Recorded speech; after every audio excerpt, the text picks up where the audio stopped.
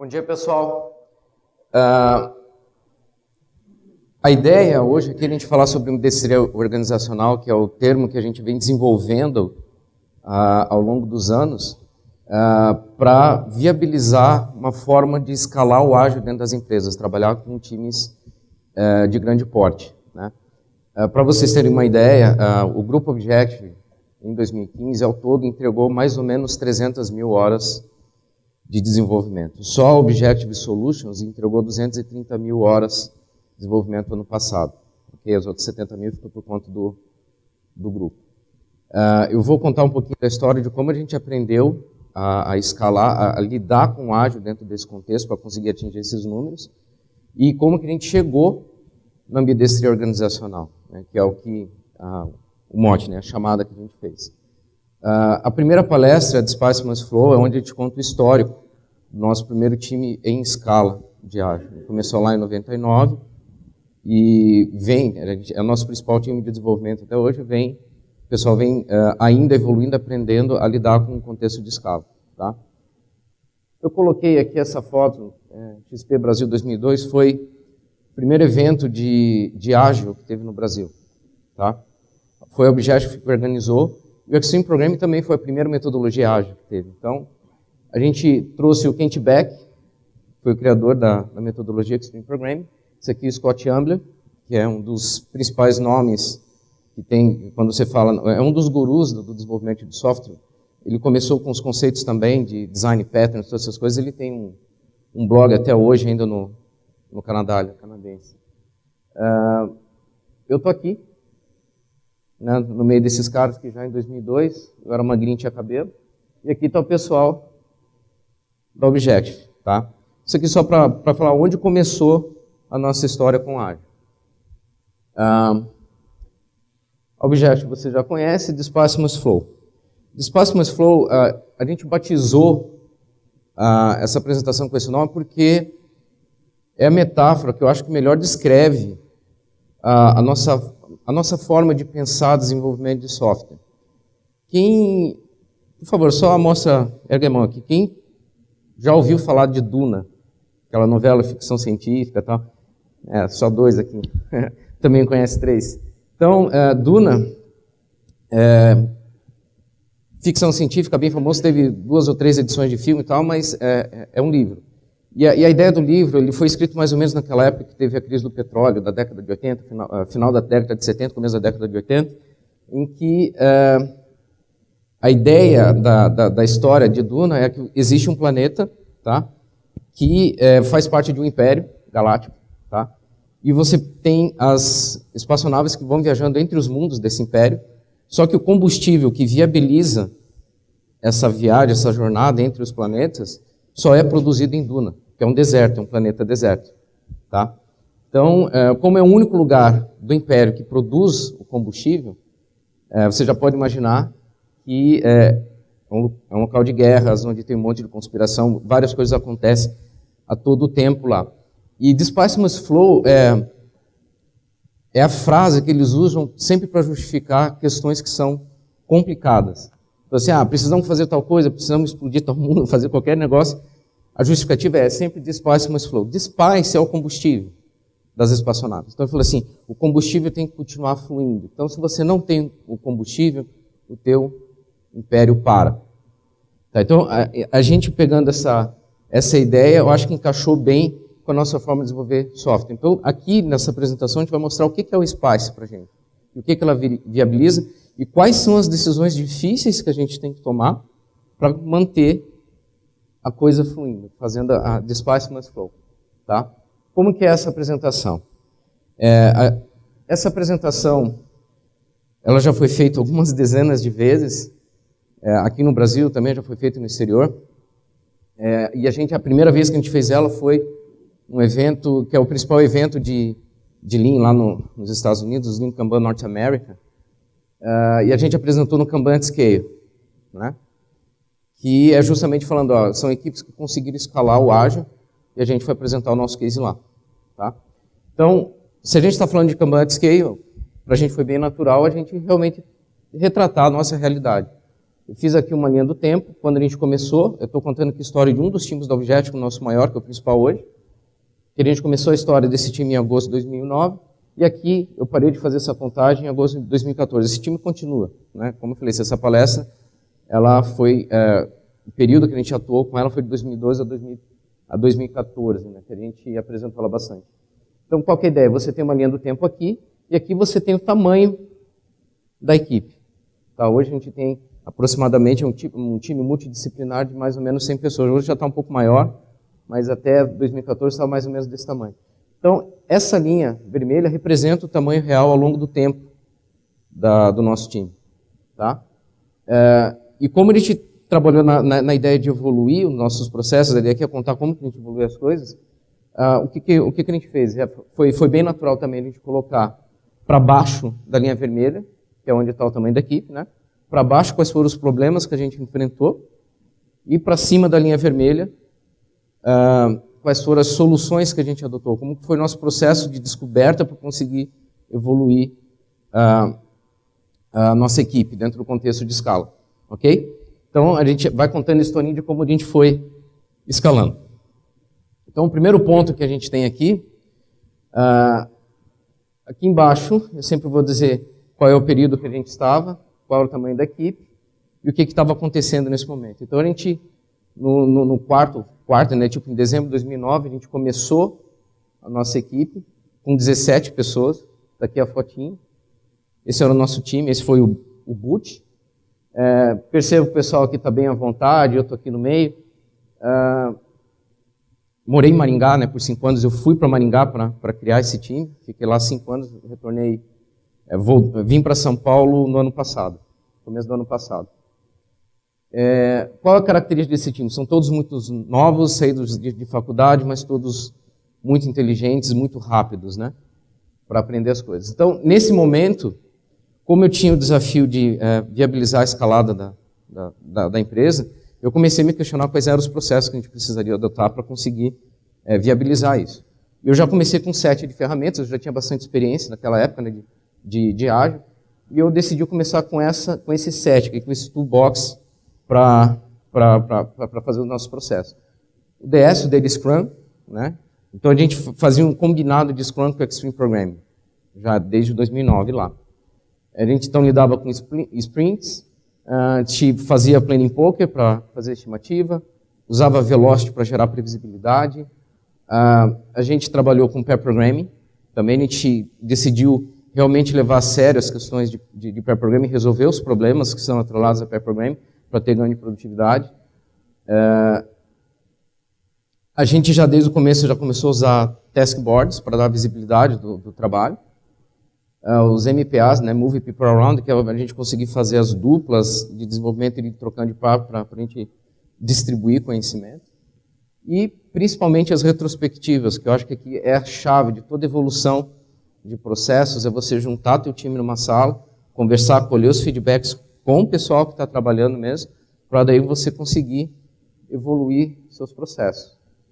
Então, a gente começou dessa forma, ok? E aí a gente já, obviamente, já começou a esbarrar numa série de problemas. O primeiro deles, de cara, né, que é quando a gente começou a operação de fato, foi em 2010, com essas 17 pessoas, a gente já enfrentou isso aqui, par não escala.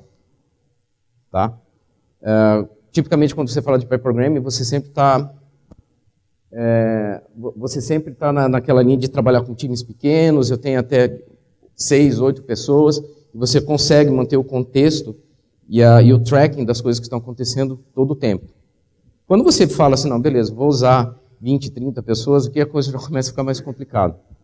Isso a gente observou na largada. Então, mesmo com 17 pessoas trabalhando, entendendo que dessas 17 tinha eu como gestor, tinha um coach, que era o da equipe, e tinha a galera trabalhando. Né? A gente percebeu isso aqui.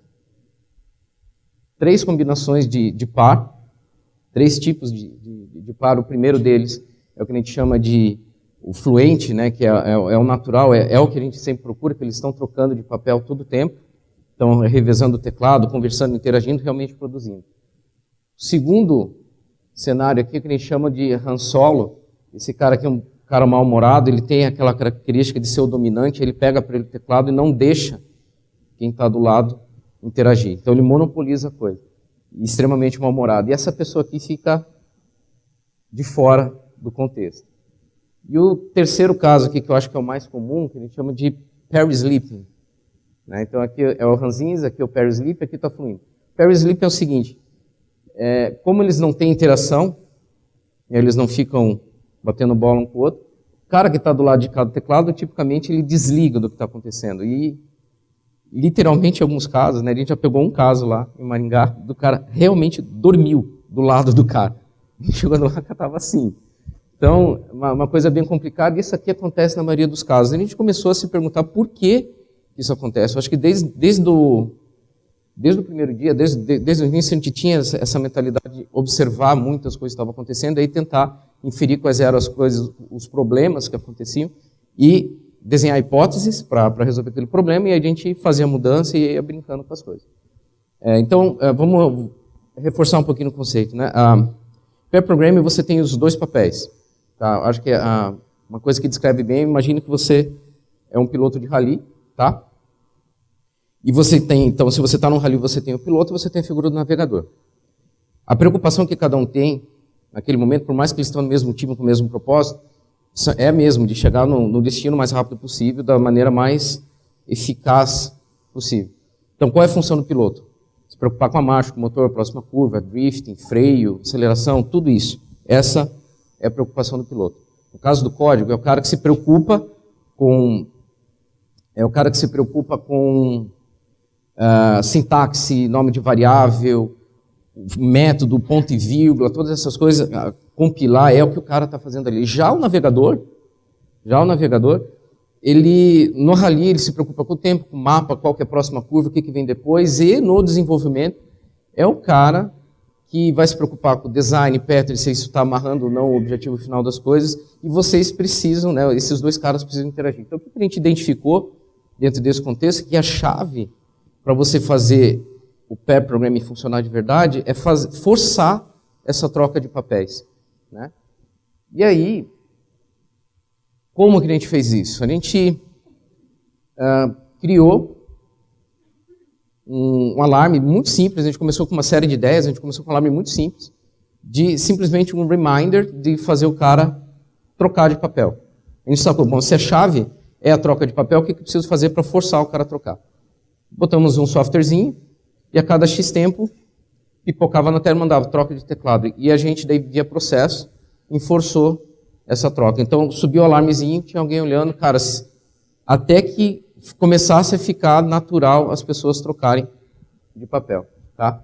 Isso resolveu bastante o nosso problema, mas você vê que ainda assim a gente tinha algum probleminha, né? O Han Solo aqui fica mal-humorado e acaba brigando algumas vezes. Mas isso aqui a gente resolveu o problema e a gente já teve um grande ganho e realmente a gente começou a ver o pair programming trazer os benefícios que ele disse. Né? Se a gente não tem esse tipo de coisa, acontece normalmente que todo gerente de TI tem medo que aconteça, que é você ter dois caras trabalhando, né, entregando só por um. Então você paga o dobro para ter a mesma coisa. Quando você vai nessa pegada aqui, você inverte o jogo. Né? Você realmente acaba tendo melhor produtividade, melhor qualidade do que se o cara estivesse trabalhando sozinho. O segundo problema que a gente pegou, a gente chama de sprint starvation. Né? Como a gente começou com o Scrum, a gente fechou, né, vamos fazer Scrum aqui e tal, e a gente fechou lá no começo. O Scrum ele parte no pressuposto que você já tem um backlog para trabalhar. Você já sabe, você já tem um escopo das coisas que você precisa trabalhar. A gente já estava num contexto de projeto ongoing, implantação de um produto nosso, implantações de produtos. Então, muitas vezes a gente não tem claro qual é o escopo. Certo? Então, se eu não sei qual é o escopo, como é que eu vou conseguir gerar estoque de trabalho suficiente para que a equipe consuma? Isso era um problema desde o princípio para nós.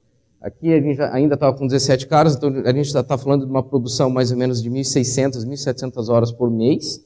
Tá? E dessas 1.600, 1.700 horas por mês, eu tinha que fazer o planejamento delas. Então, a coisa mais comum no começo que aconteceu era isso aqui. Né? A gente se matava para gerar backlog, colocava tudo no quadro, e o pessoal começava a trabalhar consumindo as coisas. Chegava um determinado momento, né, que simplesmente acabava as tarefas da sprint, né? Aí vocês podem falar assim para mim, peraí, se acabava as tarefas da sprint, sinal que a tua sprint estava muito grande. A sprint, tipicamente, para ela fazer sentido, ela tem que bater com o teu calendário de entrega, né? Por definição, o nosso produto, ele põe, né, acho que é uma característica até dos nossos clientes, são clientes de grande porte, eles não conseguem colocar mais do que uma versão por mês no ar. Então não faz sentido eu mandar várias versões para o cara. Então a gente setou o tamanho da nossa sprint para acompanhar o nosso calendário de build.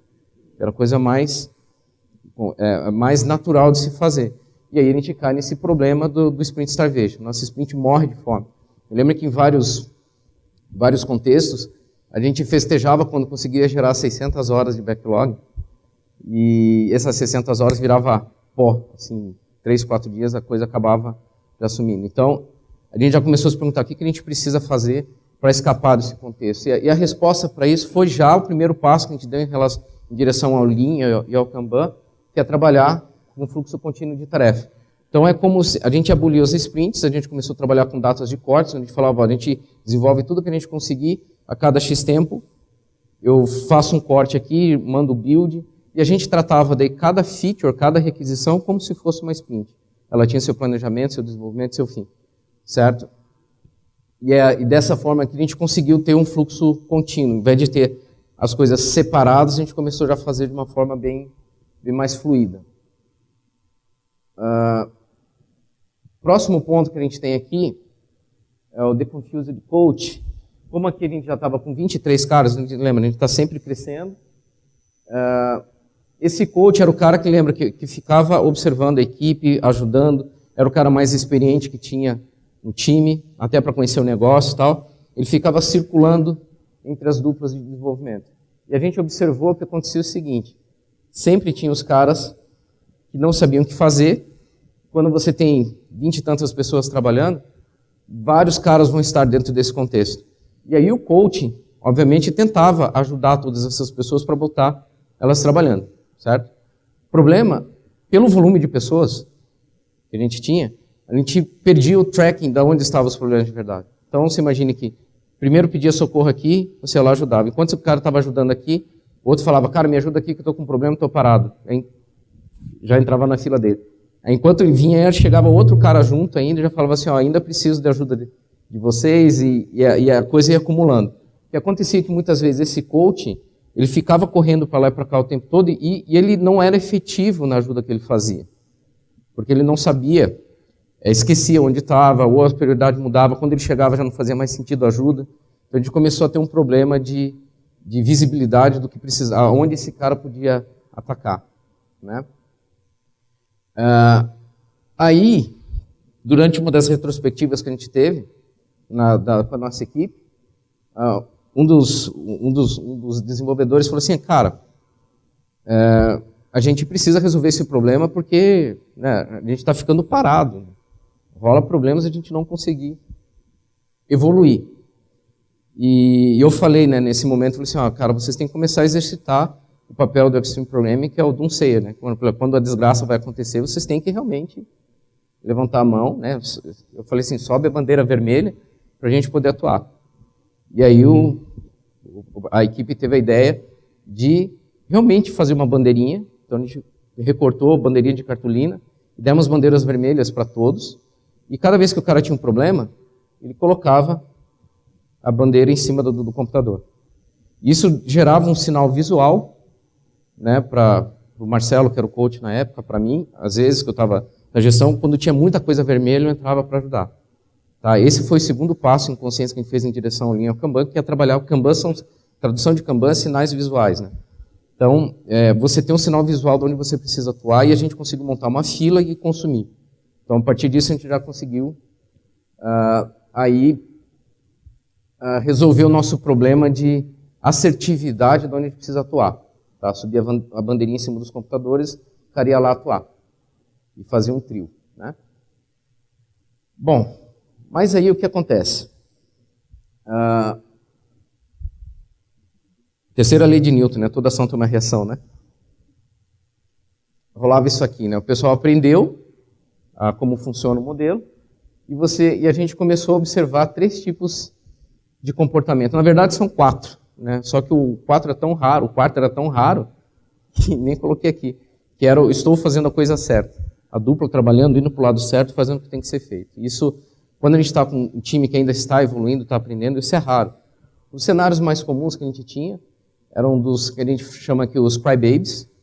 O cara aprendeu a lidar com a bandeirinha, então ele andava, né, resolvia o problema do método, tal, não sei o que, travava, pum, colocava a bandeirinha. Aí o coach aparecia, resolvia o problema, o cara dava as costas, passava 3 minutos, o cara, pum, bandeirinha de novo. Quase monopolizando o coach, tá? Esse era um comportamento que a gente observava, chamava de crybabies. Aqui tem os stubborns, né? São os teimosos, né? Que é aquele cara que ele começa a fazer, ele começa a bater cabeça e ele não sobe a bandeira. E a hora que você percebe, ou a hora que o cara desiste, normalmente você já perdeu prazo, você já perdeu esforço, já perdeu um monte de coisa, e você acaba tendo um dano dentro do teu fluxo de trabalho. Então você tem que saber intervir, né? E aqui, o terceiro caso que já acabou, são os suicidas, que a gente chamava. Está amarelinho aqui, porque o problema é que os caras acham que estão fazendo a coisa certa. Eles realmente acreditam que estão fazendo a coisa certa. Só que, na verdade, eles estão caminhando para a morte, eles estão caminhando para o precipício. Então, quando você está dentro desse contexto, como é que você resolve? A gente evoluiu o conceito das bandeiras vermelhas e colocamos as bandeiras amarelas. A gente criou o que a gente chama de nurse round. Essa prática, inclusive a galera já usa por aí, a gente já viu espalhado. Vamos fazer um nurse round. A ideia é o seguinte, você define uma agenda, você fala, cara, eu tenho que passar pelo menos uma vez em cada uma das duplas de trabalho por dia, para você prevenir os suicidas. Porque o que a gente observou é o seguinte, o suicida sempre evolui ou para o chorão ou para o teimoso. Essa é a grande verdade. Isso aqui acontecia, sei lá, Pareto, 80% dos casos. Então, o que a gente pensou assim, cara, se a gente atacar aqui, a gente resolve aqui. Então, a partir do momento que a gente colocou as bandeirinhas amarelas, aí a função do coach era consumir as bandeiras amarelas, aí ficou muito mais claro até o papel dele. O que ele tinha que fazer? Consome as bandeiras. Todo dia de manhã todo mundo subia amarelo, ele ia fazendo a ronda dele de enfermeira, né, que a gente chama, e se tivesse algum vermelho, ele ia lá e atuava. Ok? Então, vou até passar o videozinho. Vai lá. Próximo problema que a gente pegou. The Parkinson's Law Effect. Esse é prazo gasoso, né? A lei de Parkinson diz o seguinte, né? Que você vai consumir todo o tempo que você destina a uma tarefa. Por exemplo, imagine que você é desenvolvedor e chega para você, cara, você tem que botar esse botão na tela aqui, tem que entregar para o próximo vídeo, qual que é o tempo que você vai gastar para fazer isso? Aí o cara fala, vou gastar 20 horas. Ele vai gastar as 20 horas.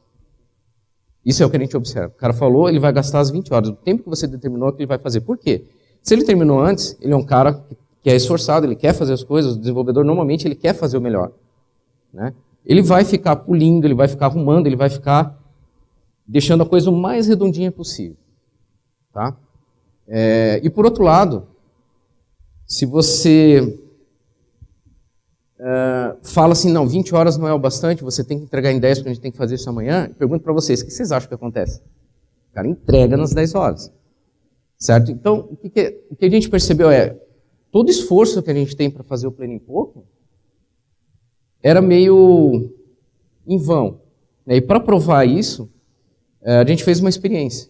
Chegou um dia de noite o Marcelo, que era o coach lá, foi na nossa lousa, que tinha as tarefas com as suas estimativas feitas pelo Planning Poker, apagou todas as estimativas e colocou números aleatórios.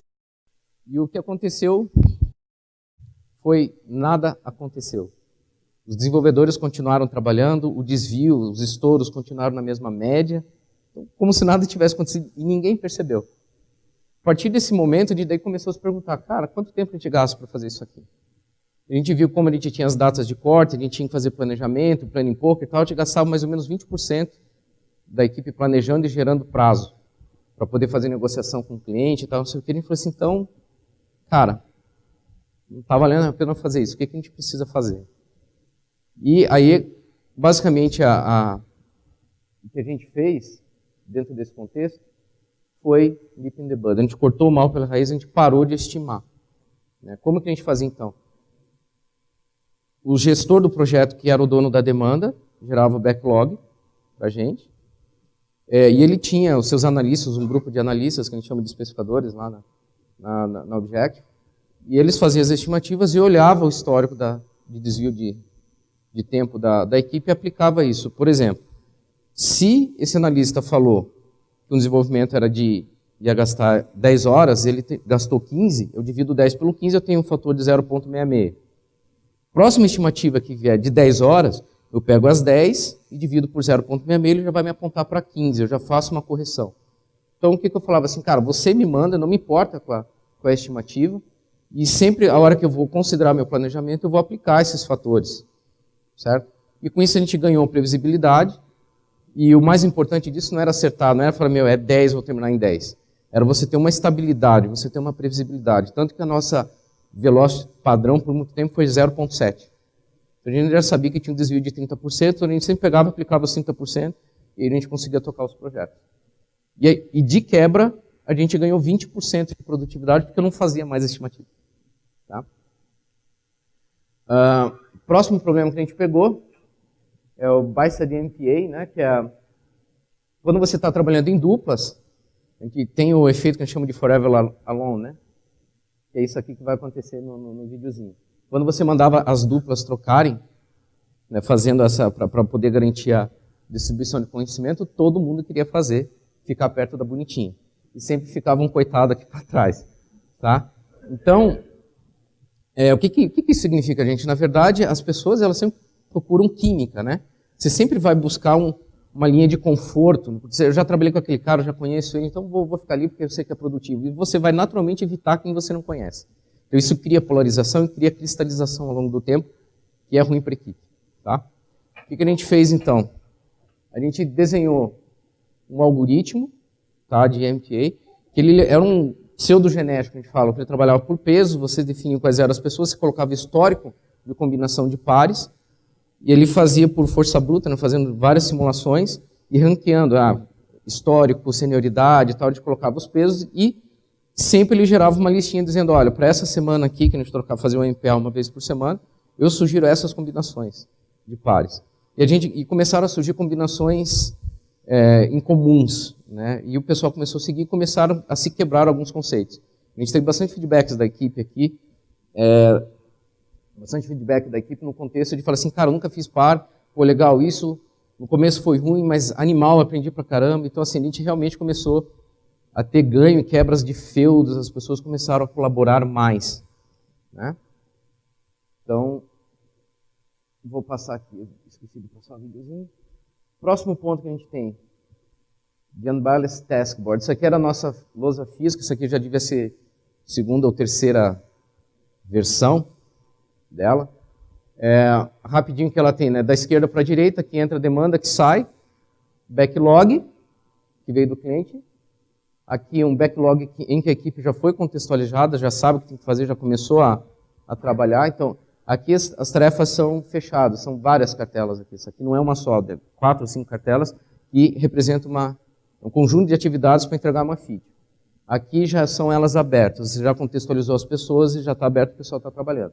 Aqui é um fast track de bugs, né, que entram como ruído dentro da tua sprint. Aqui é o work in progress, né, que os caras efetivamente estão trabalhando.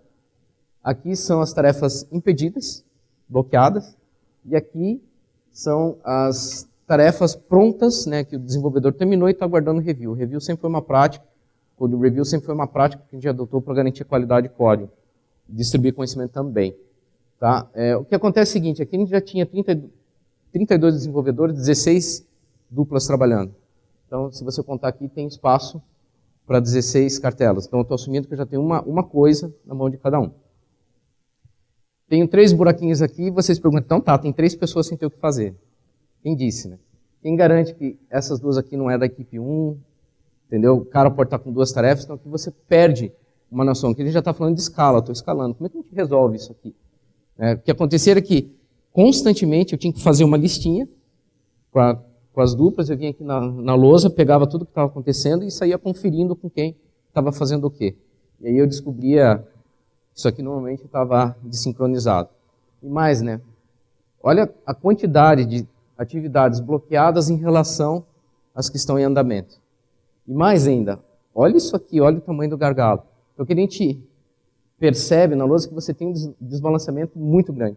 Pouca coisa entrando e muita coisa dentro do teu sistema, né, para sair dentro da sua esteira. Tá?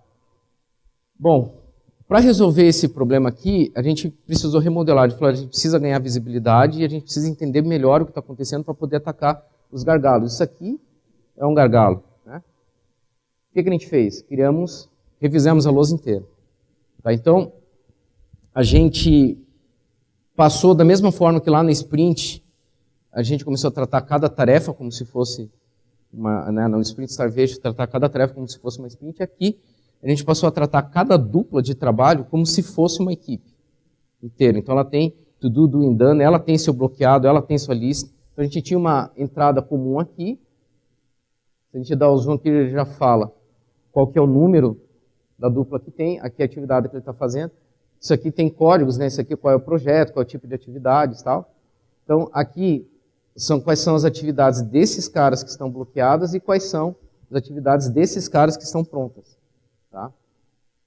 Aqui é a listinha do MPA gerado pelo nosso algoritmo. As sugestões. Eu sabia, ó, a dupla 14 é fulano e ciclano, por exemplo.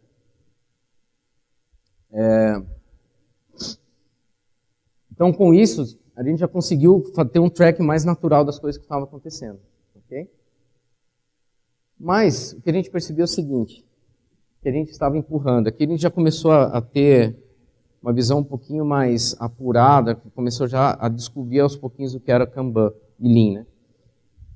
E o push é o seguinte, esse aqui é o cara que coloca a demanda dentro do, né, normalmente é o gestor ou o gestor de projeto, né, vai colocando demanda na esteira, esse aqui é o desenvolvedor. Quem está definindo a cadência de entrada é o gestor. Esse cara aqui está tentando alucinadamente consumir essa cadeia e ele se perde, entra em pânico, acontece isso aqui, embola tudo. Tá? Esse é o push. E aí você começa a ter aqueles ciclos infinitos de fazer follow-up, ficar discutindo, e aí o gestor toda hora, para o que você está fazendo, faz isso, agora para aquilo, vai lá, não sei o que, não sei o que. Isso é péssimo. Né? Então a gente entendeu, a gente visualizou exatamente isso aqui. A gente estava fazendo pushing, a gente estava empurrando as atividades para dentro da equipe. Né? E a gente descobriu esse stop-start, start-finish, que é um dos grandes lemas que tem na comunidade Kanban, que é pare de começar e comece a terminar. Né? Você fala assim, eu quero trabalhar com pessoas que tenham iniciativa. Lá no Objection eu gosto de falar, vamos trabalhar com pessoas que tenham acabativa. Começar é legal, ter iniciativa é legal, mas se você não termina, é um problema. Então, quando você vai no stop, start, start, finish, você começa, ao invés de colocar coisas no seu sistema para começar, você começa a se preocupar em tirar as coisas do teu sistema, tirar as coisas da sua esteira. Aí inverte o papel. Quem define a velocidade de entrada das coisas dentro do sistema é esse carinha aqui, que é o desenvolvedor. Então a gente vai regular a nossa entrada de coisas em cima da nossa capacidade de entrega. E aí a coisa fica assim, esse cara aqui está esperando para colocar coisa. Esse cara que está trabalhando, fazendo o melhor dele, focado, porque não está trabalhando com 10 coisas ao mesmo tempo, terminou, ele coloca a coisa para cá. Quando você chega nesse modelo, vocês percebem, isso é visível, tem números, eu vou mostrar números para vocês depois, que mostram que a produtividade disso aqui sobe, você entrega 3, 4, 5 vezes mais rápido, sem fazer força, só de mudar o modelo de empurrado para puxado. Isso aqui, na minha visão, eu acho que é uma das maiores alavancagens que teve no desenvolvimento do software nos últimos 10 anos, entendeu? Você ir para o modelo puxado, ok? Bom, the bottleneck, né? Então, assim, aqui a gente já começou a ter uma visão sistêmica. A visão sistêmica é a visão do todo, né? Você conseguir não enxergar por fases do teu desenvolvimento, mas entender que a coisa mais importante é o fluxo de trabalho, é você entregar valor do outro lado. Né? Não é, eu só quero fazer o desenvolvimento. E quando você começa a desenvolver uma visão sistêmica, você desenha o seu sistema, a tua cadeia de valores, e aí você começa a atuar aonde estão os gargalos. Né? E aqui, no caso que a gente percebeu, o nosso gargalo eram as revisões de código. Aqui a gente já estava com 36 desenvolvedores trabalhando, e só quem fazia a revisão de código eram os coaches, que eram os caras mais experientes. Nesse caso aqui, a gente já estava com 3 coaches. Então, eram 3 caras para fazer coach para 36 desenvolvedores. Tá? Então, isso gerava um gargalo natural mesmo. Só que a gente já tinha um ano e pouco de trabalho, a gente já tinha alguns caras que já estavam um pouco mais safos, né? Que já sabiam o que eles poderiam fazer e já tinham capacidade de, em alguns casos, eles fazerem o code review. Então, a gente aqui tomou nossa primeira decisão sistêmica, que foi, vamos fazer com que o desenvolvedor, a hora que ele terminou a tarefa dele, né, que ele terminou a tarefa dele está aqui, que a tarefa dele está aqui, ele colocou ela para pronto, ao invés de ele já vir aqui no backlog puxar uma nova, ele olha aonde tem tarefas para review, vai lá e puxa a de review antes. Stop, start, start, finish. Né? Para a gente é mais importante que o cara termine o review, porque daí ele já termina a tarefa, ela sai, já está pronta, ao invés de eu começar uma coisa nova. Tá? Então foi a nossa primeira atitude sistêmica em 2011. Que é o Cross-Pair Review, que é o que eu acabei de explicar para vocês. Então, as duplas de desenvolvimento já faziam esse review cruzado. Né? Aí aqui ainda com 36, no final de 2012, a gente ainda percebeu esse disguised pushing. Então, aqui é o seguinte, esse aqui é um dos problemas que eu acho que são os mais sutis, um dos que eu mais gosto, assim, que é bem contraintuitivo. Mas depois que você entende ele, você vê que é óbvio, né, que acontece. Aqui ele já estava tentando, então, fazer a ideia do puxado. Então, eu limitei meu trabalho, a quantidade de tarefas, era só uma tarefa por dupla de desenvolvimento. Cada um puxava, então o cara fazia o que ele estava fazendo, ia lá, puxava a próxima. A gente definiu uma política de pull, né, política de puxado, que eram as regrinhas que o cara falou assim, se for desse tipo, você tiver tal, ele respondendo aquelas coisas, ele escolhia qual era a cartela e ele puxava. Mas eu não tinha nenhuma restrição forte da quantidade de coisas que ele podia puxar. E aí o que acontecia é o seguinte, pensa no seguinte cenário, você é um desenvolvedor, você começou a desenvolver a sua atividade, você está lá fritando, chegou num problema de domínio de negócio que você precisa entrar em contato com o cliente. Você tenta falar com o cliente não responde, por qualquer outro motivo. Você fala, travei, não consigo fazer mais nada. O que você faz? Você bloqueia a tua tarefa, você não quer ficar parado, porque normalmente isso acontece, o cara ele quer ser produtivo, ele quer trabalhar, ele não quer ficar olhando para o teto. Ele impede a tarefa dele, bloqueia a tarefa dele, vai lá no backlog e puxa a próxima. Certo? Porque ele teve um cenário de bloqueio. Já nesse momento, eu já tenho 2 tarefas começadas e nenhuma terminada. Aí o cara começou a desenvolver. Imagine que deu tudo certo. Não, olha, legal, não sei o que, foi lindo. Coloquei ela para review. 2 tarefas começadas, ainda nenhuma terminada, porque essa aqui está parada para review. Vai lá, vai puxar a próxima. Pô, estou vendo um refactoring para fazer legal, mas eu tenho esse cara que está impedido aqui. O cara tenta falar com o cliente, não consegue de novo, vai lá e puxa o refactoring. Beleza, comecei a trabalhar naquele refactoring e tal. Terminou, botou desenvolvimento, 3 tarefas começadas e nenhuma terminada. Tá? E aí aquele cara que estava bloqueado, você já está na 2ª, 3ª, 4ª, 5ª tentativa e não consegue a informação que você precisa.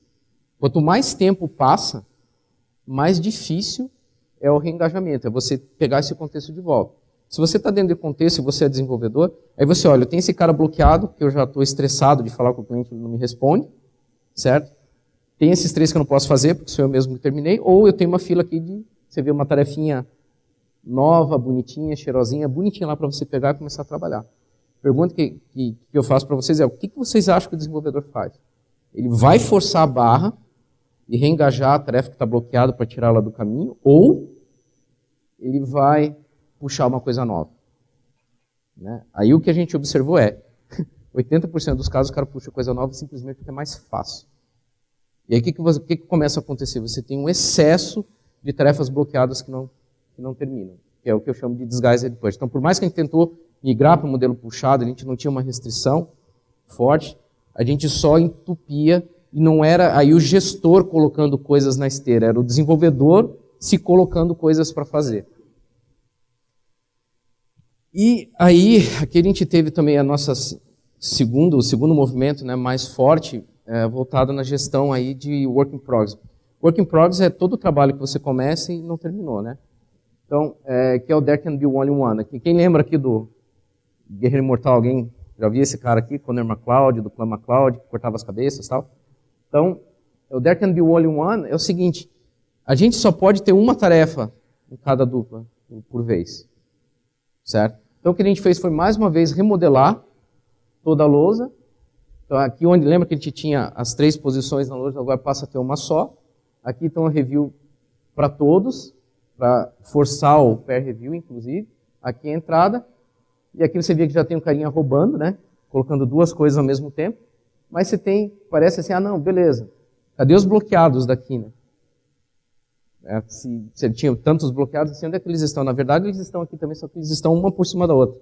As cartelinhas estão uma por cima da outra. Então, o que isso significa?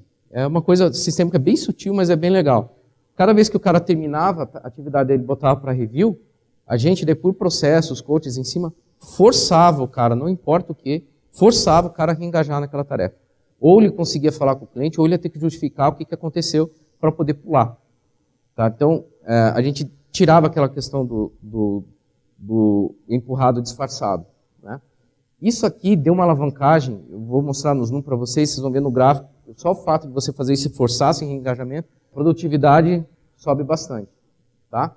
Então,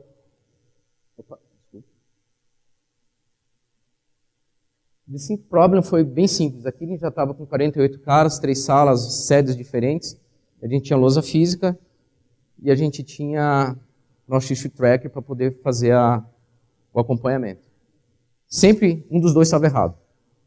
Né? E a gente não tinha nenhuma ferramenta boa para conseguir fazer tudo de forma eletrônica.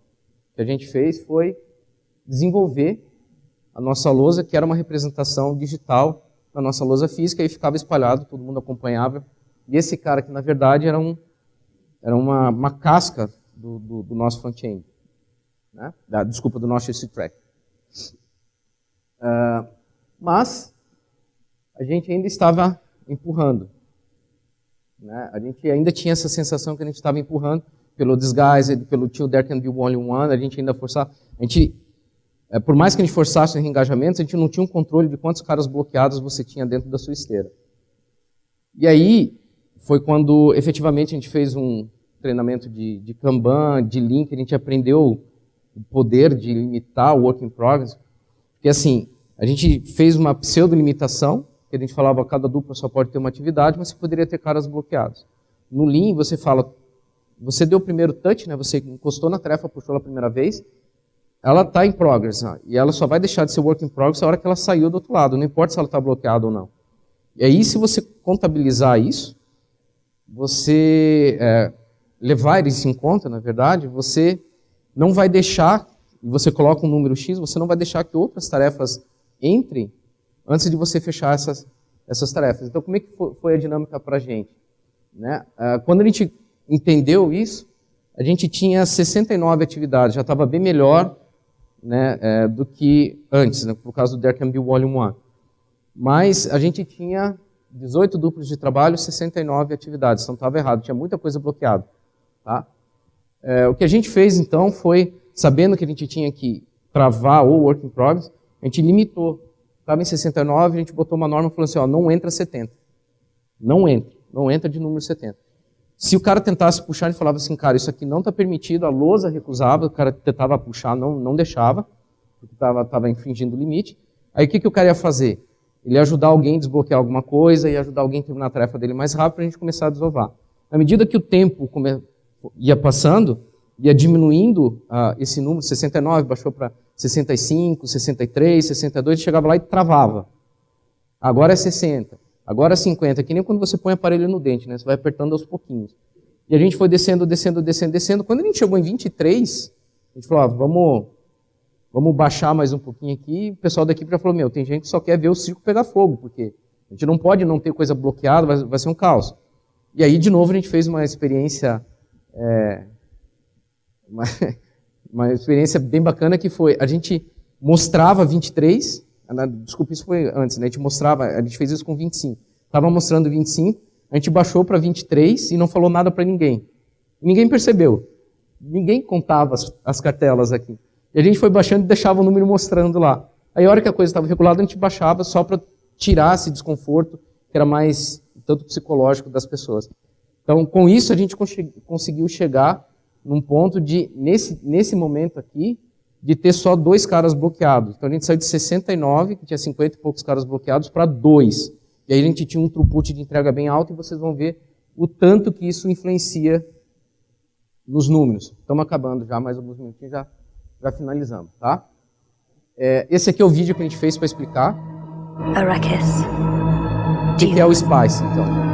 Wasteland of the Empire, and the most valuable planet in the universe. Era a empresa, Because né? it is here, and only here, where spice is found. Knowledge Work é o desenvolvimento, né? São as tarefas Without it, fluídas. there is no commerce in the Empire. There is no civilization. Arrakis. Dune. Home of the spice. Greatest treasure in the universe. And he who controls it, controls our destiny. Então, a gente fala do fluxo. Então, a Spice são as tarefas fluindo. Então, qual que é o nosso maior tesouro? Qual é o combustível da empresa? São as tarefas de desenvolvimento fluindo. Então, ela tem que fluir. Eu não posso ter caras bloqueados parados. Eu tenho que fazer a coisa fluir.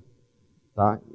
Isso para nós é Spice. Então, tudo que a gente faz hoje, no Objetos, todo o desenvolvimento que a gente faz é pensando o que eu preciso fazer para que a tarefa flua o mais rápido possível. Tá? Vou adiantar aqui. Bom, aqui é rapidinho. A gente vive um paradoxo. A desmotivação, assim, o sonho de toda equipe é você ter estabilidade. Eu não quero mais overtime, eu quero previsibilidade, eu quero ter tudo isso.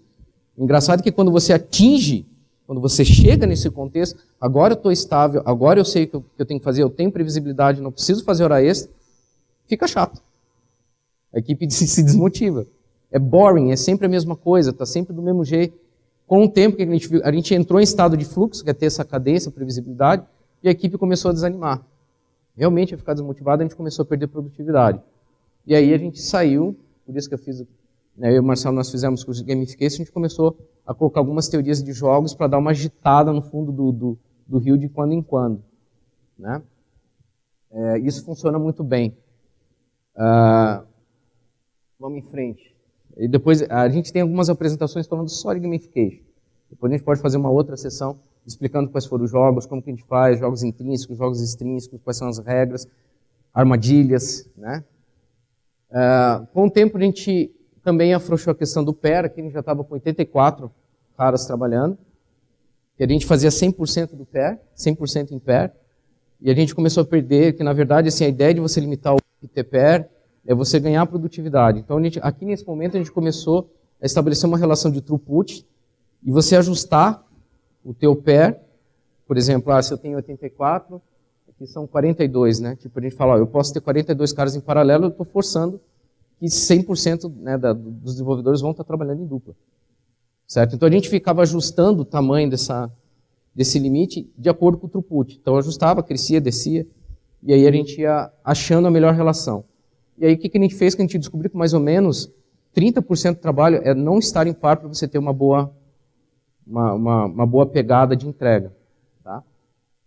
Que é o que a gente chama, né? O Go Lean, Limit Your WIP. Então, a gente regula o nosso Work in Progress em relação ao nosso throughput.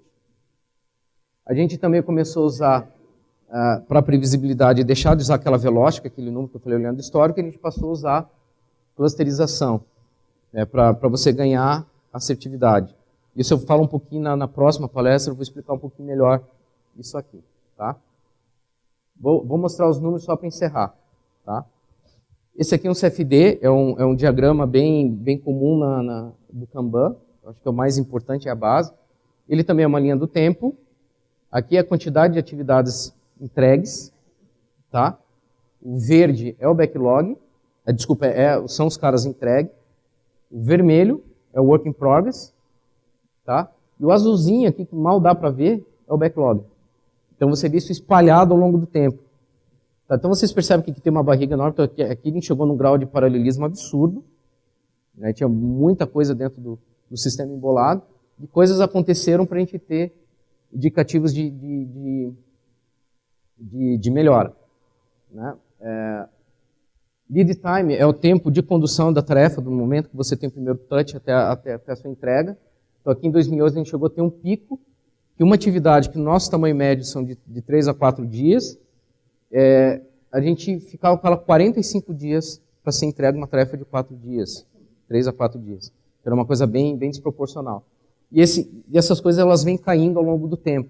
Então, a gente chega muito próximo de ter 0 tempo de espera. Se eu estou com o cara 45 dias, um cara de 4 ou 5 dias, significa que eu fiquei com mais ou menos 40 dias ela parada em algum lugar.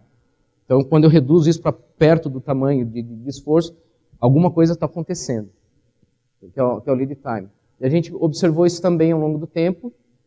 Essa aqui é a nossa relação entre trabalho, tempo gasto em bug e desenvolvimento. Média de mercado está mais ou menos na casa de 40% do tempo você gasta trabalhando em bugs, né, do seu tempo produtivo. E a gente fez algumas coisas aqui, você vê que começa a cair o nosso tempo. Significa que a gente está produzindo e entregando mais valor, trabalhando menos em bugs. Né? Se eu coloco um por cima do outro, o que acontece? Olha só, o There Can Be Volume 1 foi aquele primeiro movimento que a gente começou a gerir work in progress. Vocês viram que a quantidade de caras em paralelo reduz drasticamente e você já tem uma tendência de alta de entrega de produtividade. Mas ainda fica estável a questão dos bugs. Despace mais flow, né, que é quando a gente realmente trava o work in progress, você tem uma outra guinada. Você vê que fica bem estreitinha aqui a quantidade de trabalho em paralelo, né, e você dispara a produtividade e o teu bug cai. Tá? Então, esse aqui, basicamente, é o poder que você tem de você conseguir fazer limitação do seu work in progress, que é o que a gente acredita que a gente aplica. Então, quanto mais apertado é o teu work in progress, isso é contraintuitivo, né? Que é aquela coisa, o menos é mais.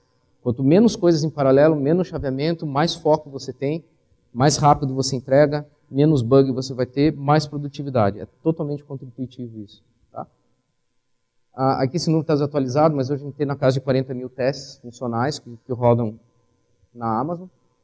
E esse número aqui também já está na casa de 14 mil horas de desenvolvimento por mês, está desatualizado. E, por enquanto é isso. Essa aqui, Espaço mais Flow, esse aqui é a base dos conceitos que a gente tem para a ambidestria que a gente vai fazer agora depois do café. Ok? Se vocês tiverem dúvida, a gente vai conversando aqui agora, daí a gente entra na parte da ambidestria, que a gente vai revisar alguns dos conceitos que a gente passou por aqui, tá? E aí mostrar qual que é a parte teórica por trás disso.